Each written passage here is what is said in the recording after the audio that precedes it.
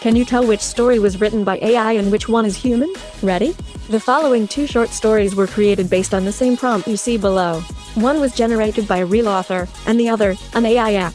Follow this channel, and support humans as the gap between mind and machine begins to thin. Mothballs. Yuck. It's all I could focus on. The air was filled with the fragrance and I could taste it on my tongue too. It's not that I hated or disliked the new house, but the attic was a problem for me. That part of the house I hated. I hated it because I was drawn to it. There was something alluring about its dark cavern and the bounty of treasures it held. The previous owners had died here and their family sold the old home to us fully furnished. Yeah, it was outdated, but it was also kinda charming in a vampirical way. Let's just say they sure fancied red velvet and ornamental brass fixtures. I pictured a regal organ covered in melting candles as a center feature in the house when I first got the door.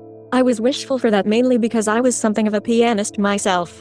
I'd looked everywhere for it on the main floor and even checked the basement, disappointingly to no avail. The first night sleeping in my room I thought I heard it, an organ I mean. It's weird how our minds can trick us like that, right? Except it wasn't just that night. It has been every night. Every night for 6 weeks and my parents claim they don't hear anything. I feel like I'm going nuts. 3 a.m. on the nose, every night. Right now it's 2:50 am and I'm standing at the door, holding my breath. Yeah, I don't want to breathe because of the stale air, but if I'm being honest, I had a crawling sensation under my skin and an unexpected fear had taken hold of my rational thinking. The brass doorknob was colder than I'd expected as I grasped hold of it. The door must have had some serious hinge hardware to keep a heavy thing such as itself feeling butter smooth as I pressed into the room. It was dark. The kind of dark that sucks at light sources, demanding they bow in the presence of such a force. I stood there, in the silence, in the darkness. 2:52 a.m.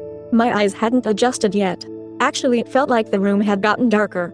I was getting no help from light in the stairwell, which dared not to enter. My eyesight was impeccable. As a girl, age 13, 20/20 vision, and ate plenty of carrots, there had been times where I felt like I practically had night vision. But not here. Not in the attic. I questioned if I could truly rely on any of my senses. No, I don't think I could. 2:54 a.m. More crawling chills. Not long now. You may be thinking as I was in that moment, how foolish to not bring a light along. I guess I'd made an assumption that the space would have been wired for lighting. But I felt no switches along the walls and it was too close now to 3 a.m. to abandon my quest. True, there was a flashlight in my room, but that was 3 stories down. I shuffled deeper into the nothingness, flailing my hands out in front of me to feel for potential hazards. Guess I should have been more focused on my bottom half, though, because my foot caught the edge of a box, I'm guessing, and I lost balance. Down I went, hitting my head on the corner of something solid. A harmonic reverberation permeated the space. It sent an electric bolt down deep inside my core that awakened something laying dormant. Adrenaline flooded through my veins and I attempted to set myself upright. But upright wasn't as easy to find as it usually was. The place on my head that had hit something was wet. 2:59 am. I checked the face of my watch as I gave into my situation. I was still floor-bound, waiting for the spinning to cease. Then a funny thing happened. The lights went on.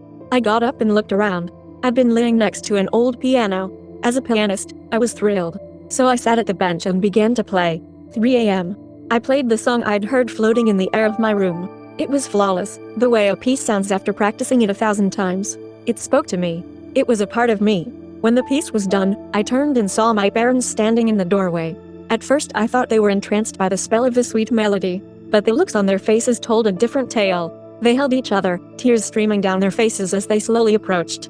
I spoke to them but no words came. Just silence.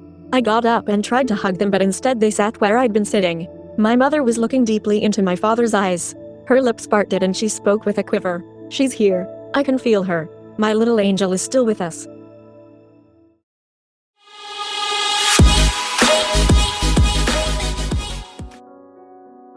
Lena had always been fascinated by old houses, so when her family moved into a new home, she was excited to explore every nook and cranny.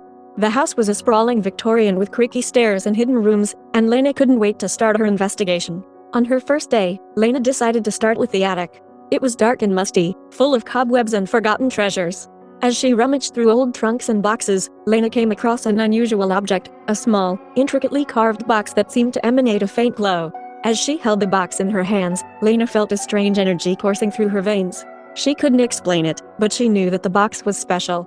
She decided to keep it with her at all times, feeling a sense of comfort whenever she held it. But as the days went by, Lena began to notice something strange happening at the same time each night. At exactly midnight, she would hear a sound coming from the attic, a soft rustling, as if something was moving around up there. Lena tried to ignore it, but the noise continued every night at the same time, driving her to investigate. One night, Lena climbed up to the attic to try and figure out where the sound was coming from.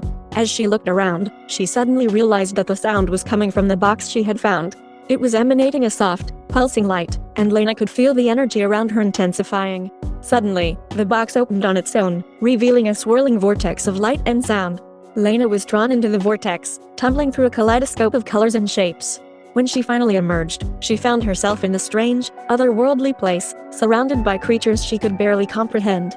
It was then that Lena realized the twist. The box was a portal to another dimension, and she had stumbled upon it by accident. As she explored this new world, Lena knew that she would never be the same again. The mysterious box had opened up a whole new world of possibilities, and Lena couldn't wait to see where it would take her next.